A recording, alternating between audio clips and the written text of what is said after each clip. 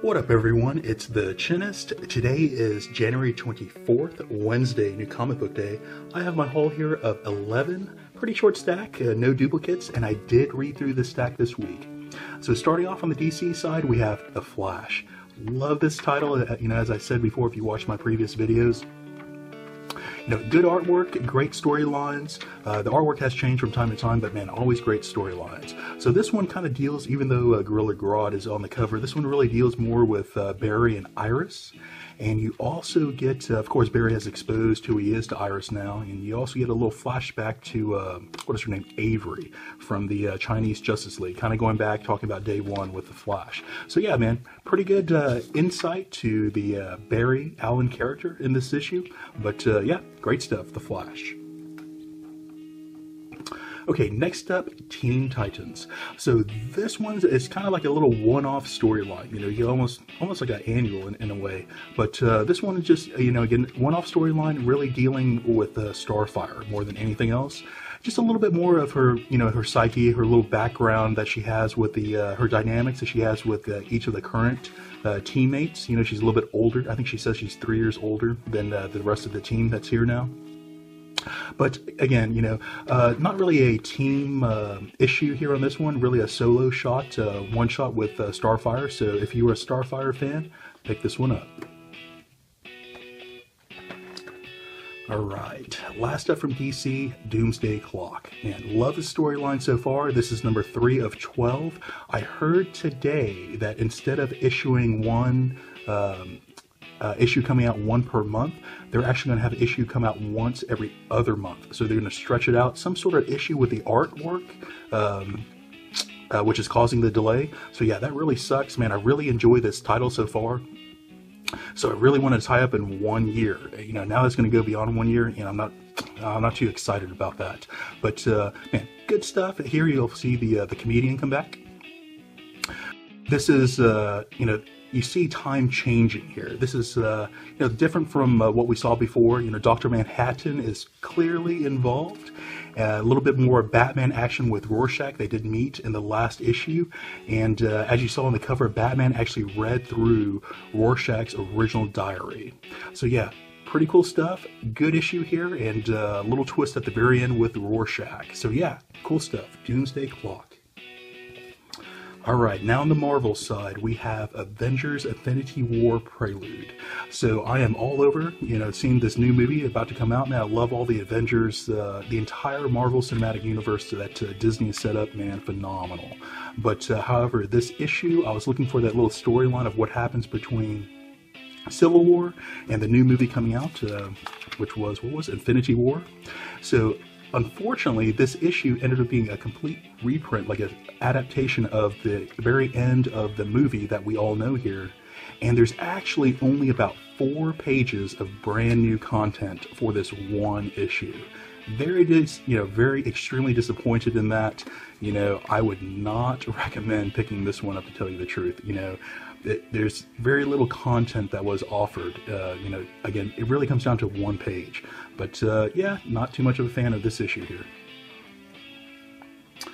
Okay, next up from Marvel, we have X-Men Blue. This is the annual. So this one kind of will bring in Venom. And of course, this is the time-displaced team. This is kind of strange because, as I'll go over in the next issue, the current month actually came out this month. However, at the end of this issue, you find out where you leave off on the final page, it actually continues in the next issue of X-Men Blue that comes out next month. So I thought that was kind of strange. Normally, traditionally, these annuals are like a one-shot. It doesn't mean anything at all. A little bit more character development, a little bit more character insight. But this one actually starts a new storyline, so I thought that was kind of strange, a little bit different approach. But yeah, X-Men Blue, been picking up all the current X-Men titles out there right now, love them all. Okay, so yeah, so on that X-Men Blue, this is the current month for this month, and this actually ties up, I believe from what I saw in the storyline, ties up the cross-time capers, which then you go over into the X-Men Blue annual, which will lead into the issue number 21. So yeah, so this one kind of tied this one up, and you found out that, they went back to the current timeline and they saw other X-Men. Well, in the last issue, you found out who those other X-Men were. It was very, malicious type of X-Men team. They were masquerading as the good guys, but they're actually all bad guys. This is that fight that you see between the two. Great action, and you actually see what happens to their timeline of Xavier, and you find out at the very end what the team's decision is going to be. You know, are they going to stay in this timeline? Are they going to come back to the current timeline that they were snatched over by that by Beast, you know, years ago? But yeah, great storyline. You know, I love everything. You know, any time loop, time displacement. You know, alternate realities. I love those storylines. So yeah, X-Men Blue really fits my my genre that I'm looking for.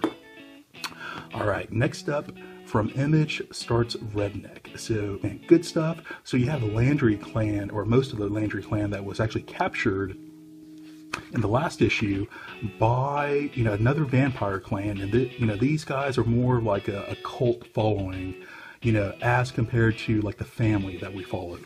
So yeah, again, the family's been captured. You know, they're telling them that one of the primary family members is dead. You know, and this family's like laughing at that, like, you know, there's no way, you know, the father's dead.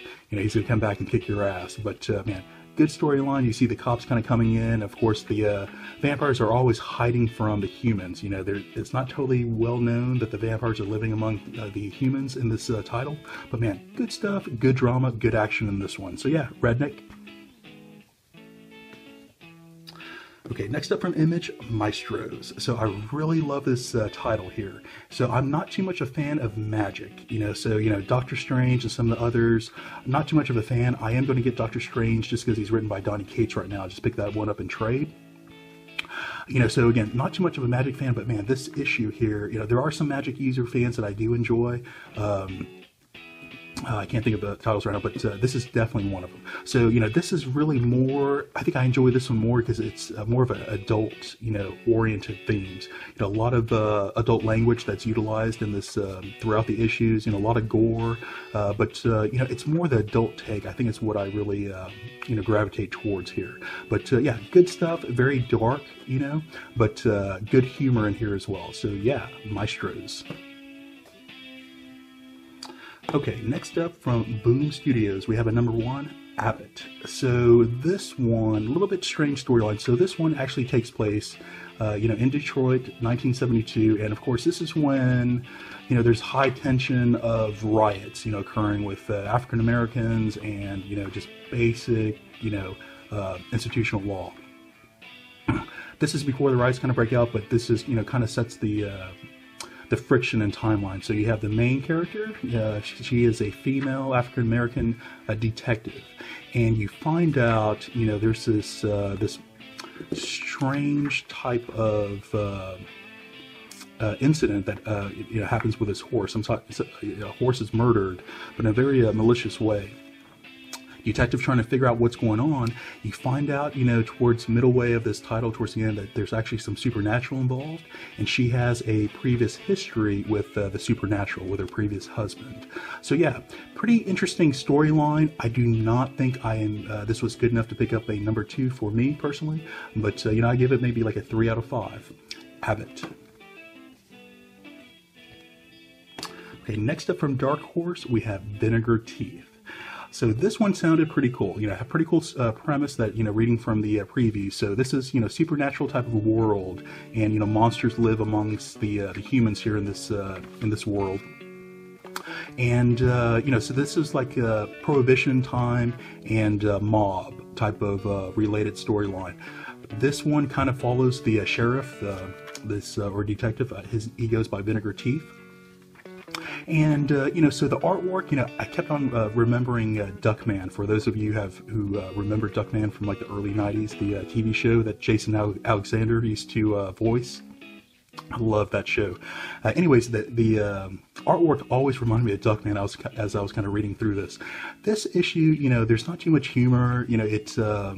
although the artwork kind of, you know, lends itself like it would, I was not too much of a fan of this one, to tell you the truth. I thought I would be, just from the overall premise, but yeah, I do not think I will be picking up a #2. Okay, last up for you from Valiant, we have Exo Manowar. Man, love this title. You know, again, I always felt that Exo Manowar was like some, you know, knockoff Iron Man is what I felt. completely wrong on that one. He's actually like early Roman times from like, 600 AD or so. He was a Visigoth, captured by the aliens, and it was the alien ship is where he actually got the armor from. So, fast forward, he's been like a warrior.